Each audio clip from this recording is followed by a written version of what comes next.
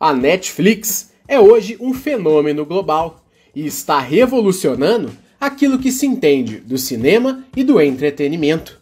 Mas, no começo, a empresa era bem diferente e surgiu do sonho de dois jovens empreendedores americanos, Reed Hastings e Mark Randolph. Reed Hastings nasceu em Boston e se formou em matemática com mestrado em inteligência artificial na Universidade de Stanford. Sua história empreendedora começou em 1991, quando ele ajudou a fundar uma companhia chamada Pure Software. A empresa teve razoável sucesso e acabou sendo vendida 5 anos depois. Já Mark Randolph tem especialização em publicidade e vendas. Ele começou a trabalhar na Micro Warehouse, uma rede que vendia computadores pessoais e acessórios por correspondência, e fez carreira como vendedor especializado em softwares. Randolph e Hastings se conheceram quando Reed comprou uma startup na cidade de Sunnyvale, na Califórnia, e convidou Mark para trabalhar em sua nova empreitada. O convite rendeu uma participação para Mark Randolph na startup. Nesta empresa, a dupla teve uma grande sintonia e fez com que a companhia crescesse e fosse vendida 2 vezes, sendo a segunda para uma multinacional. A venda rendeu uma quantia interessante para os dois empreendedores. Porém, o acordo de venda previa que os dois ficassem trabalhando na empresa por mais 6 meses após a venda. Apesar do acordo, eles não teriam uma função definida na companhia e, na prática, já estavam dispensados. Depois disso, não teriam mais nenhum tipo de vínculo com a empresa. Ainda que não tivessem uma função definida na empresa, os dois diariamente se deslocavam da cidade de Santa Cruz para Sunnyvale, ambas na Califórnia. Costumeiramente, os dois dividiam o mesmo carro e, durante o trajeto, conversavam sobre oportunidades de negócio e uma possível nova parceria.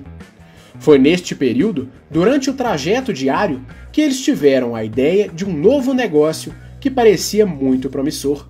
Negócio esse que se tornaria a Netflix. Popularmente, há uma história de que a ideia do negócio surgiu depois que Reed Hastings teve de pagar uma multa de $40 por atraso na devolução de um filme na Blockbuster, então líder absoluta no mercado de locação de filmes. Porém, na verdade, a história foi bem diferente. Inicialmente, a ideia era criar uma locadora de filmes VHS que entregasse as fitas por correspondência. Mas a ideia logo foi descartada, principalmente pois na época um novo formato de filmes estava surgindo, os DVDs, um formato que tornaria as fitas obsoletas. Outro problema era que as fitas eram razoavelmente pesadas e frágeis para o transporte constante via correspondência, o que encarecia o frete. Porém, não convencidos acerca da inviabilidade do negócio, os dois decidiram testar o envio de um DVD pelo correio. Segundo Mark Randolph, ele comprou um DVD virgem, um envelope e os enviou pelo correio. 24 horas depois, o CD chegou intacto na casa de Reed Hastings. Foi nesse momento que eles se convenceram sobre a viabilidade da ideia. Mesmo que os filmes agora fossem distribuídos em DVD, a ideia continuava viável. E o sistema de entregas por correspondência nos Estados Unidos era um fator que viabilizava plenamente a ideia.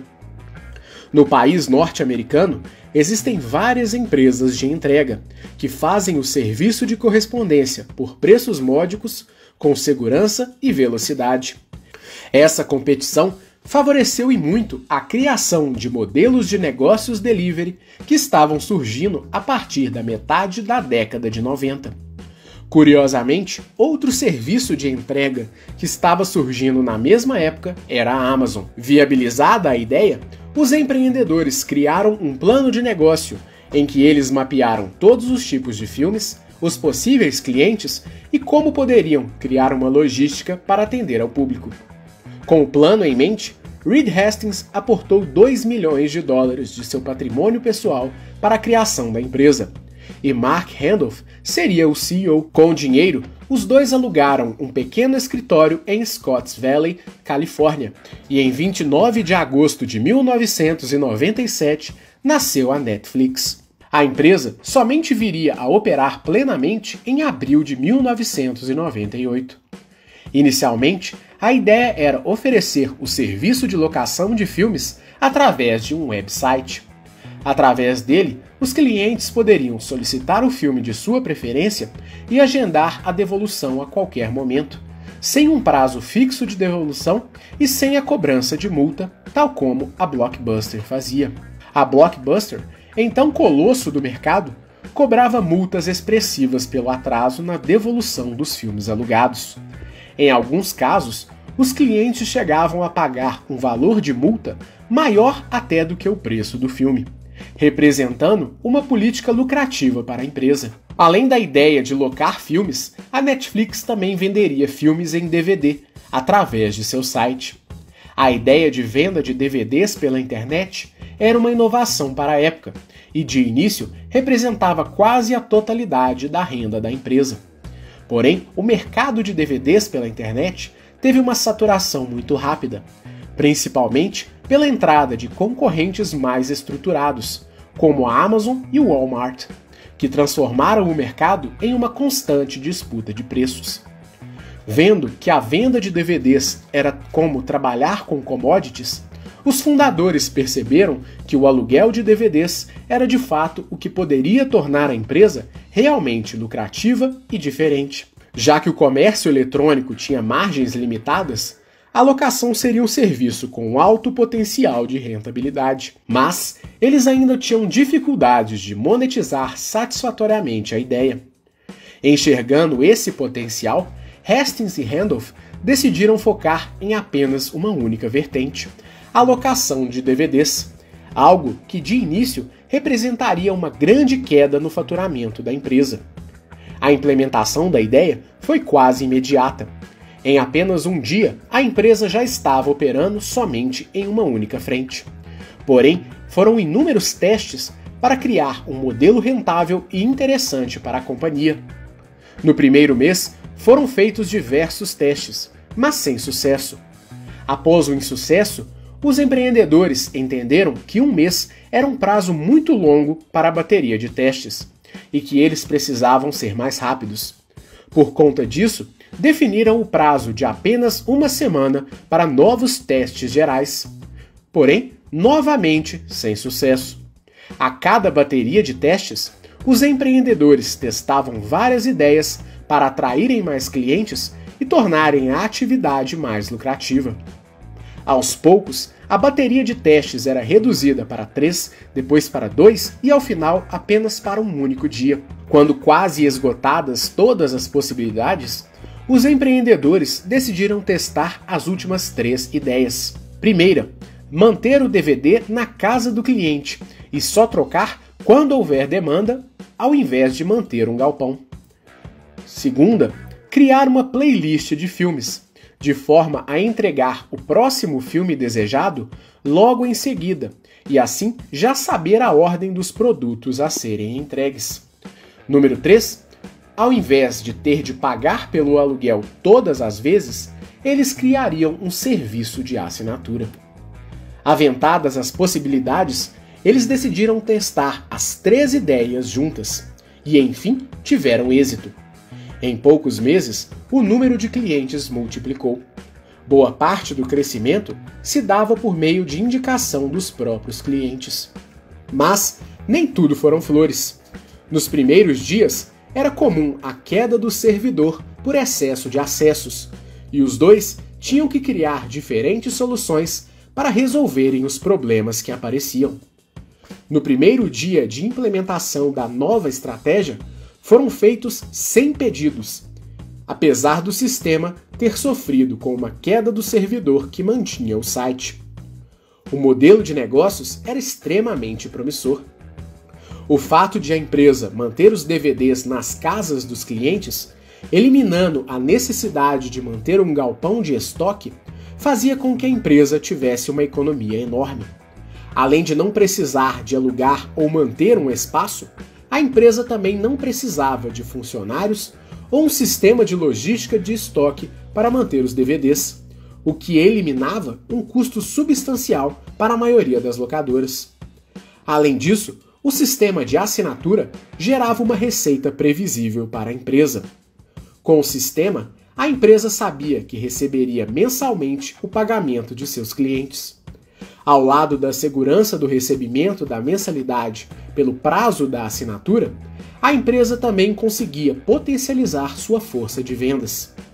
Pelo sistema de recorrência, a empresa tinha um único esforço para atrair o cliente, que se mantinha fidelizado à empresa através da assinatura. Na maioria das locadoras concorrentes, era necessário trazer o cliente para a loja a cada locação, o que representava um custo de vendas e marketing por cada cliente a cada locação. Eliminando esse custo de aquisição recorrente dos clientes, a empresa tinha um custo de aquisição de clientes reduzido e, por conta disso, uma lucratividade muito interessante. Para completar, a Netflix até então atendia a um nicho específico de consumidores, os usuários da internet que estavam dispostos a realizar negócios pela rede. Algo que hoje é comum e recorrente era considerado um desafio na época. Porém, a Netflix aos poucos foi se consolidando entre estes usuários, que no final dos anos 90 começavam a se multiplicar e procurar novas soluções na web. Esse boom levou ao crescimento de várias empresas, como a Amazon, a American Online, o Yahoo e outras companhias que surfavam em um novo mundo conectado. Como pioneira no serviço de locação pela internet no mercado americano, fortalecida pelo aporte milionário de Reed Hastings em sua fundação, a empresa começou a chamar a atenção de concorrentes do mercado digital. O crescimento exponencial da empresa, seu baixo custo de operação, quando comparado às concorrentes com suas lojas físicas, seu pioneirismo e a inteligência operacional da dupla de empreendedores fez com que tubarões do mercado online sondassem a empresa para futuras ofertas de compra. Nesse meio tempo, uma empresa que crescia vertiginosamente formalizou uma proposta pela empresa, a Amazon. Após uma reunião com Jeff Bezos, Hastings e Randolph receberam uma proposta de venda de 12 milhões de dólares, um valor 6 vezes maior do que o investimento inicial de Hastings. E o mais impressionante, apenas um ano após a formalização da empresa. Porém, a oferta foi considerada baixa pelos empreendedores, e a Amazon seguiu com outras prioridades, avançando para o comércio eletrônico em diferentes ramos. Ainda assim, as duas empresas se tornariam rivais no mercado de streaming décadas depois. Já no ano 2000, um evento bastante particular envolveu uma possível venda da Netflix. Os próprios fundadores formalizaram uma oferta de venda para a Blockbuster, uma empresa bilionária na época. O preço fixado pela Netflix foi de 50 milhões de dólares. Após um namoro e uma série de avaliações, os executivos da Blockbuster acharam que a Netflix não valia o preço pedido e não avançaram no negócio. Para a gigante do mercado, a Netflix era uma empresa que apenas dominava um nicho de mercado, que não tinha grande potencial, o mercado online. Até então, a Blockbuster era líder absoluta de mercado e possuía lojas que pareciam galpões, com milhares de filmes, jogos, brinquedos e outros produtos. A empresa também vivia seu melhor momento, após ter aberto seu capital na Bolsa de Valores de Nova York e ter tido uma excelente capitalização em seu IPO. Enquanto isso, a Netflix passava por um momento de incerteza. Apesar de ter um enorme sucesso em seu mercado, a empresa temia por uma descapitalização, principalmente por conta do estouro da bolha das empresas.com. Além do dinheiro investido por Reed Hastings, a Netflix também levantou capital com investidores para atingir um crescimento cada vez maior e começava a passar dificuldades para honrar as expectativas do mercado. Na época, várias empresas com base na internet passaram dias de extrema dificuldade, após uma descrença geral dos investidores em relação aos negócios digitais. Após uma fase de tremenda euforia no final do século anterior, com a valorização absurda de empresas digitais, o mercado experimentou a queda do preço das ações das empresas digitais na ocasião. A descrença afetou profundamente diversas empresas, causando a falência da maior parte delas. Algumas conseguiram sobreviver através de fusões ou foram adquiridas por empresas maiores. E as que ficaram por conta própria viveram dias de quase falência enquanto atravessaram o período mais turbulento deste mercado. Empresas como PayPal e Amazon também passaram dificuldades semelhantes às que a Netflix teve no período.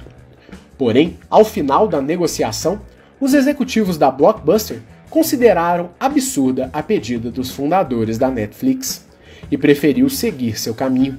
Curiosamente, na mesma época, estes executivos enviaram uma carta aos investidores da companhia, que dizia: a preocupação dos investidores em relação à ameaça das novas tecnologias é exagerada.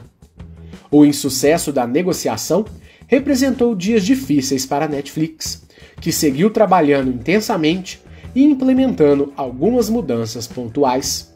Primeiro, houve a troca do logo da empresa, que passou a adotar o letreiro vermelho que usa até hoje.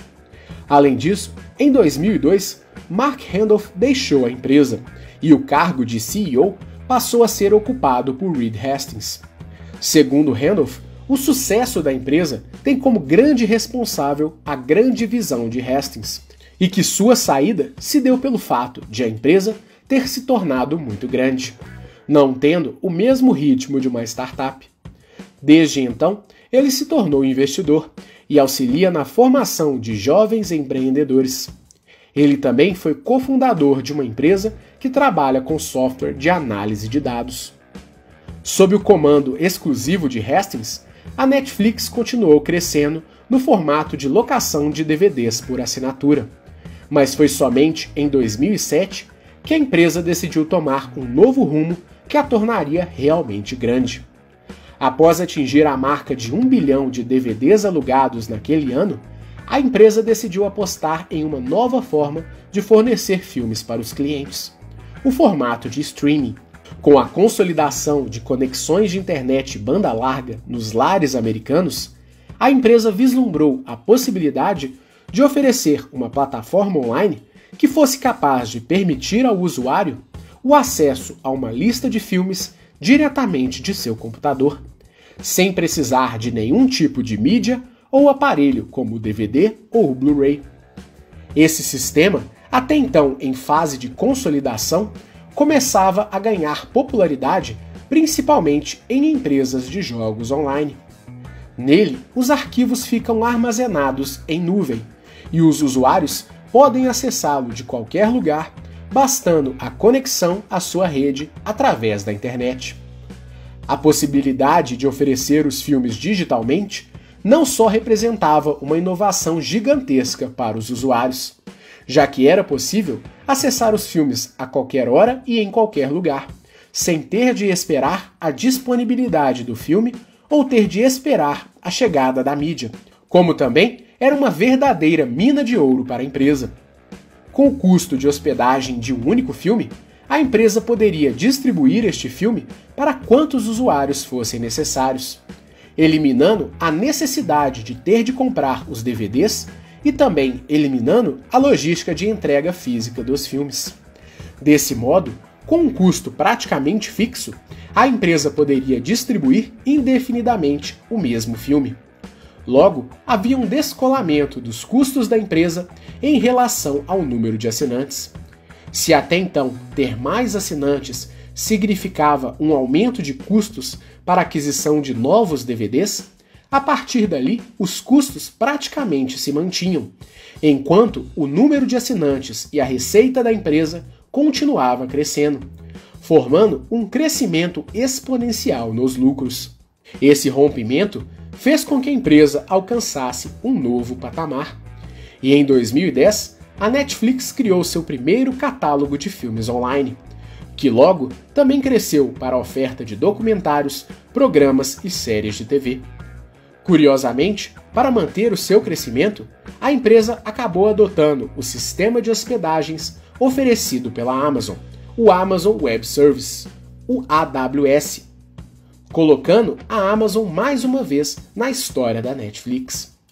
A adoção do streaming deu a possibilidade de a Netflix oferecer o seu serviço para além dos Estados Unidos. Primeiro, a empresa chegou ao Canadá, ainda em 2010. Depois, a companhia foi crescendo para países da Europa e chegou ao Brasil em 2011.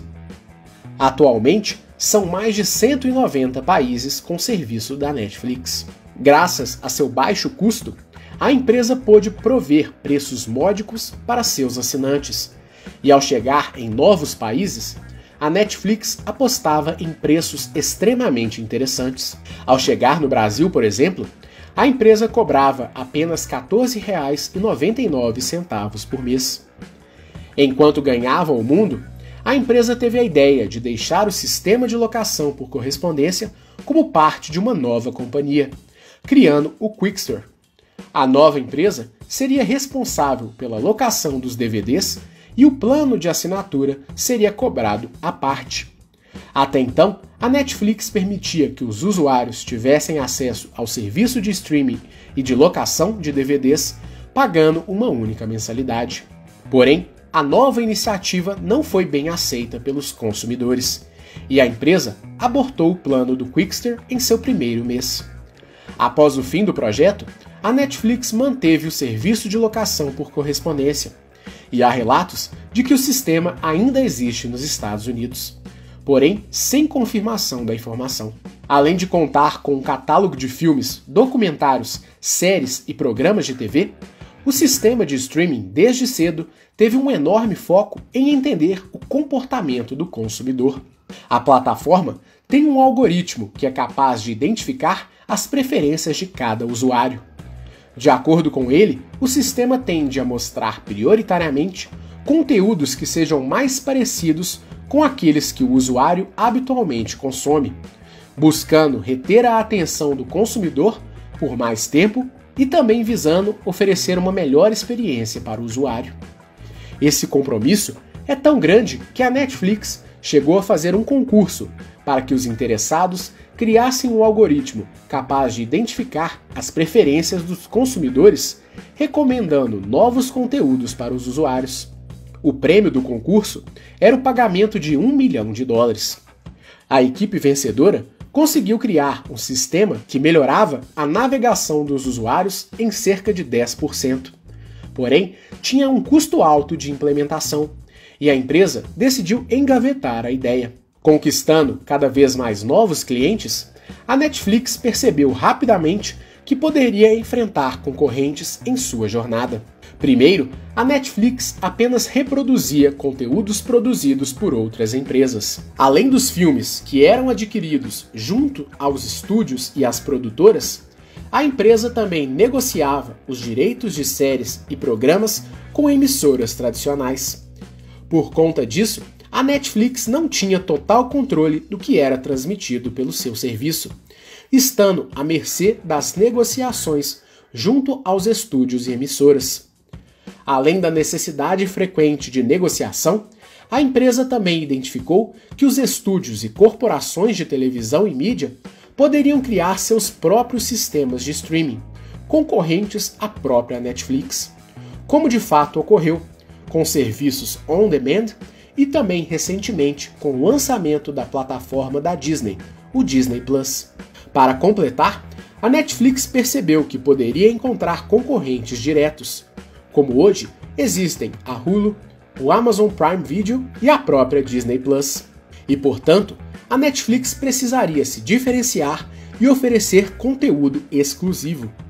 Nesse cenário, a companhia decidiu criar seus próprios filmes, séries e documentários.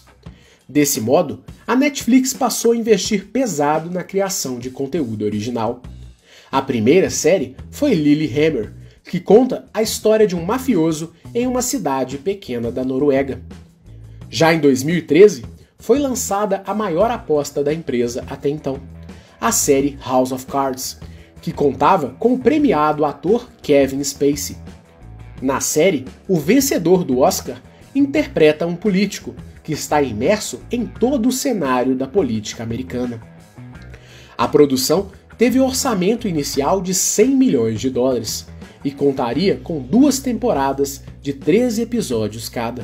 A série foi um enorme sucesso e teve 6 temporadas, sendo prejudicada por uma série de acusações contra seu protagonista. Além do sucesso de público e crítica, a série também ganhou prêmios no Globo de Ouro e no Emmy. A Netflix também se notabilizou por comprar os direitos de séries famosas que foram descontinuadas por seus estúdios originais, dando uma espécie de segunda chance para várias séries, como Arrested Development, The Killing, 3 é Demais e Gilmore Girls. Já nos filmes, a empresa criou uma vasta seleção de conteúdos originais, contando com diversos atores e diretores premiados de Hollywood. Neste ano de 2020, a empresa emplacou grandes sucessos como A História de um Casamento e O Irlandês, dirigido pelo premiado Martin Scorsese. Os filmes, inclusive, estão concorrendo em várias categorias no Oscar deste ano. Curiosamente, enquanto a Netflix criou seus conteúdos originais, ela também comprou uma briga com o mercado do cinema em todo o mundo. Várias empresas e artistas do cinema tradicional acusam a empresa de estar acabando com o cinema tradicional. A polêmica tem levado a uma série de boicotes aos filmes e documentários da empresa, inclusive em premiações importantes como o Oscar. Para contornar a situação, a Netflix tem eventualmente apresentado alguns de seus filmes em cinemas tradicionais, visando a participação das obras nas premiações tradicionais da categoria. De toda forma, a Netflix segue revolucionando o mercado, exercendo uma influência que vai até mesmo em negócios físicos, como os cinemas de todo o mundo.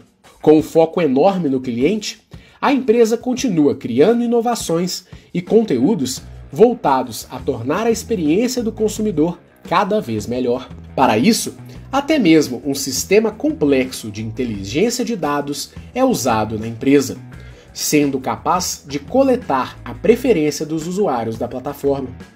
Essa coleta de dados tem sido usada não somente para a melhoria da plataforma, mas também para a criação de conteúdo original, como, por exemplo, a criação da série Stranger Things, que se tornou um enorme sucesso e está em sua 3ª temporada. Rompendo barreiras e limites, hoje a Netflix está presente em todo tipo de dispositivo inteligente, podendo até mesmo ser assistida quando o usuário não está conectado à internet. E a empresa promete continuar inovando. Ao todo, são mais de 150 milhões de assinantes em todo o mundo, e um faturamento anual superior a 11 bilhões de dólares. E a tendência é que este número aumente cada vez mais. Enquanto isso, a Blockbuster, antiga concorrente da Netflix, declarou falência em 2014 e hoje possui apenas uma única loja, que funciona como uma espécie de museu. Ao final, parece que a preocupação com as novas tecnologias não era assim tão exagerada. Essa é mais uma história que merece ser contada em nosso canal. Lembrando que estamos produzindo diversos conteúdos gratuitos em nosso canal. Para continuar recebendo o nosso conteúdo gratuito, se inscreva em nosso canal e acione o sininho das notificações para receber as nossas atualizações. Esperamos que você tenha gostado, um grande abraço e até a próxima!